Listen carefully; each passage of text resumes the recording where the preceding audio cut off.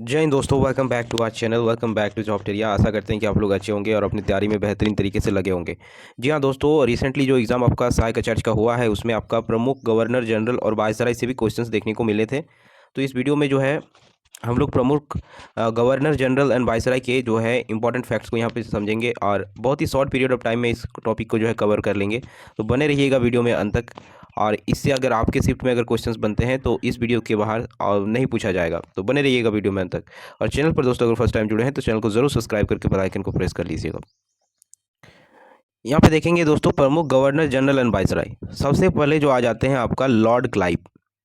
Lord Clive का कार्यकाल जो रहता है आपका 1757 से 60। फिर दूसरी बार वो फिर से जो है इनका कार्यकाल रहता है 1765 से 1767 तक।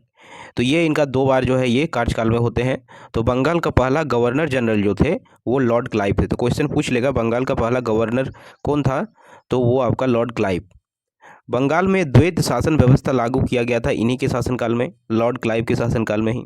और अंग्रेजी राज्य का वास्तविक संस्थापक अगर पूछ लिया जाए तो वो लॉर्ड क्लाइव ही होंगे। और प्लासी का युद्ध जो है इन्हीं के समय में हुआ था, जो कि हुआ था 23 जून 1757 में हुआ था।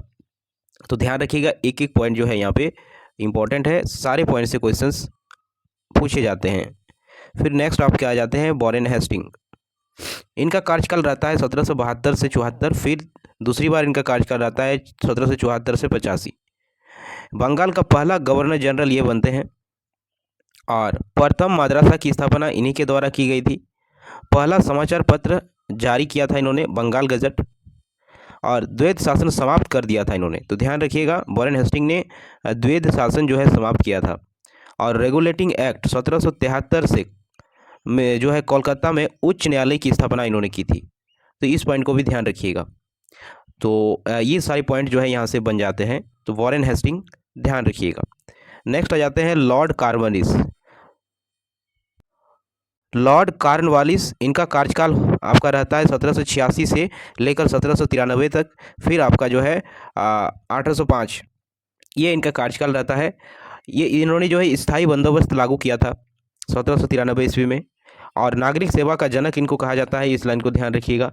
और भारतीय सिविल सेवा का जनक भी इन्हीं को कहा जाता है। तो पूछ लेगा भारतीय सिविल सेवा का जनक या नागरिक सेवा का जनक किन्हें कहा जाता है, तो लॉर्ड कार्नवालिस को कहा जाता है, इन्हीं के समय में हुआ था।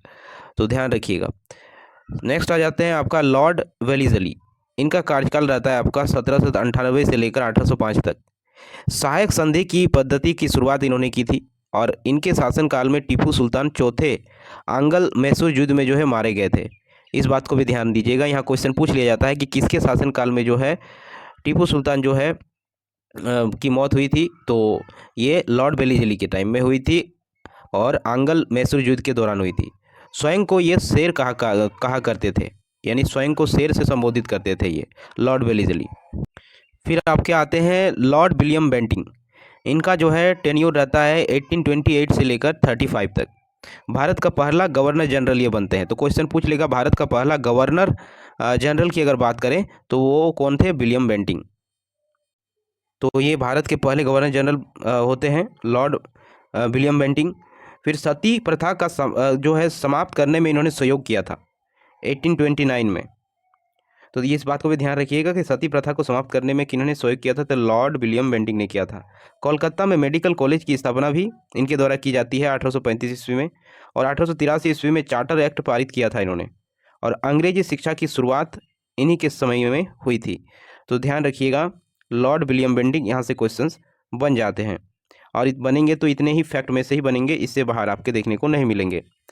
नेक्स्ट आ जाते हैं आपका, यहाँ पे अगर देखेंगे तो नेक्स्ट आपका आ जाता है, ध्यान से देखिए, नेक्स्ट आता है आपका डलहौजी। तो डलहौजी से रिलेटेड क्वेश्चन बनता है। इनका टेन्योर जो है 1848 से लेकर 1856 ईस्वी तक चलता रहता है। और रेलवे का जनक इनको कहा जाता है। तो क्वेश्चन पूछ लिया जाता है कि रेलवे का जनक किनको कहा जाता है, तो यहाँ पे डलहौजी को कहा जाता है। और पहली बार तार सेवा की शुरुआत जो है इन्हीं के समय में हुई थी। डाक टिकट की भी शुरुआत जो है, प्रचलन जो है इन्हीं के समय में हुई थी। और शिमला को ग्रीष्मकालीन राजधानी जो है इन्हीं के समय में बनाया गया था।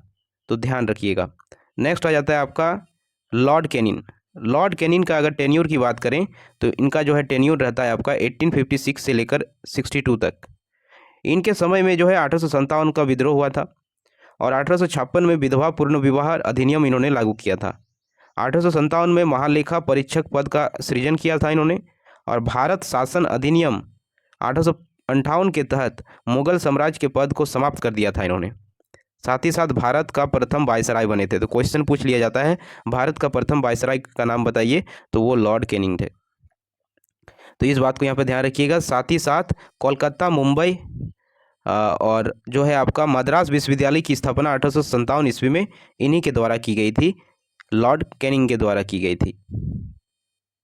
फिर आपका क्वेश्चन पूछ लेता है यहाँ पे कि वर्नाकुलर एक्ट प्रेस किन के समय आया था, तो लॉर्ड रिपन के समय आया था। इस बात को ध्यान रखिएगा।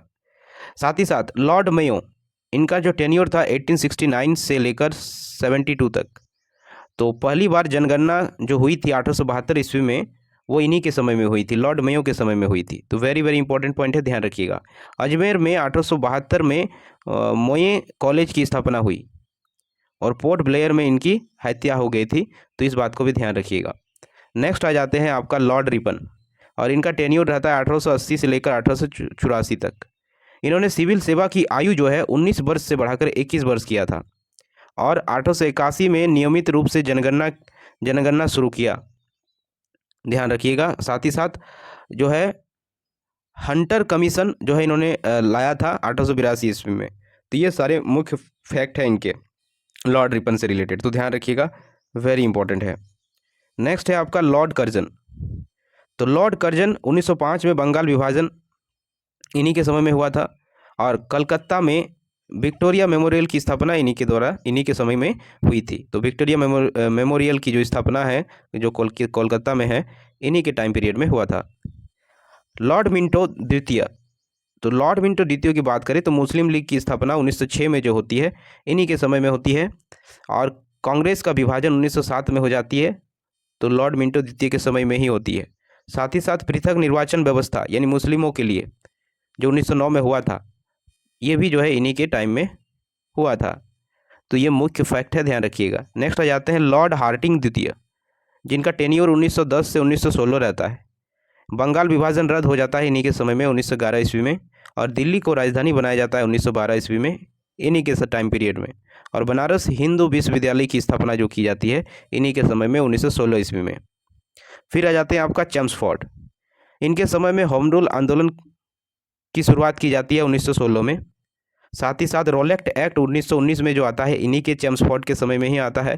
फिर खिलाफत आंदोलन और खिलाफत आंदोलन और असहयोग आंदोलन इन्हीं के समय में होता है। फिर आ जाता है लॉर्ड डर्बिन। लॉर्ड डर्बिन जो इनका टेन्योर रहता है 1926 से लेकर 31 तक, और साइमन कमीशन इन्हीं के समय में आता है 1928 ईस्वी में। गांधी इरविन समझौता भी 1931 ईस्वी में इन्हीं के समय में होता है, और गोलमेज सम्मेलन जो होता है 1930, 31 और 32 में, वो लॉर्ड डर्बिन के समय में ही होता है। तो ये थे दोस्तों आपके प्रमुख गवर्नर और गवर्नर जनरल और उसके वायसराय। तो यहाँ से क्वेश्चंस अगर पूछे जाते हैं आपके शिफ्ट में तो इससे बाहर नहीं पूछे जाएंगे। तो डेफिनेटली वीडियो को और एक बार वॉच कर लेते हैं तो डेफिनेटली सारी चीज़ें आप रिकॉल कर पाएंगे। तो ये था आपका इस टॉपिक से संबंधित महत्वपूर्ण फैक्ट। आशा करते हैं वीडियो अच्छी लगी होगी। तो चैनल पे अगर फर्स्ट टाइम जुड़े हैं तो चैनल को जरूर सब्सक्राइब करके बेल आइकन को प्रेस कर लीजिएगा। Thanks for watching.